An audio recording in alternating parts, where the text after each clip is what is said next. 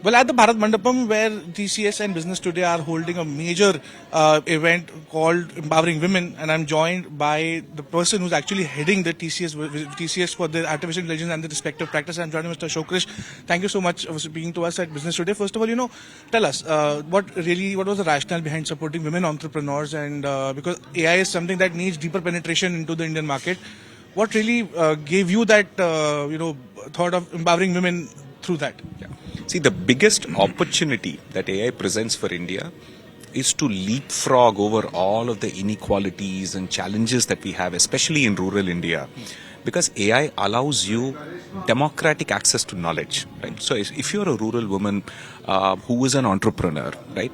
Imagine that you're able to use AI to do translations, to generate creative ideas for artwork, to navigate government schemes, to deal with financial literacy, and all of this in your own language, right, without the barriers of English and so on. And we believe each of these AI interventions are not just for learning, that is actually measurably going to increase their revenue as entrepreneurs, as they're able to do things more efficiently with the help of AI.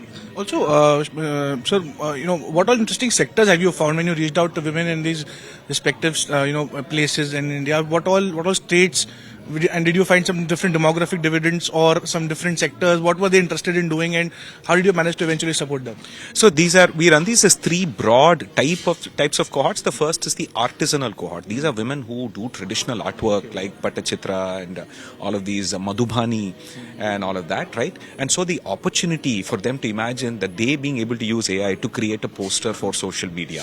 It's not something that they may have the literacy to do so, but now they can do better marketing, generate newer modern ideas for their own artwork and so on. The second kind of cohort are people who are just digital basic, meaning that they are familiar with UPI, they are familiar with the things we have, but can they use AI to navigate government schemes, what is applicable for them, right, and so on. And likewise, then there are already women entrepreneurs who are digital entrepreneurs, right? So they run shops where they are doing photo editing. So imagine if they can use AI to do a lot of that work, that allows them to actually do more with less. Would you feel that, is it right to say that, women entrepreneurs are far more better than men entrepreneurs, especially in rural areas, because they are more serious towards business, they want to run the house and look after their kids?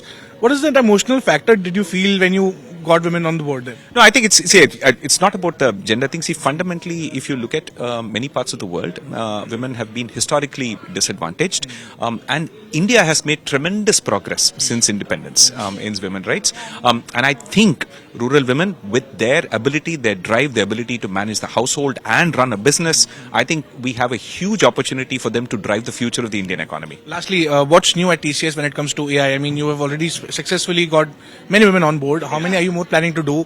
And what all key areas would you be asking them to focus on, or would you be looking out for them, in particular in AI?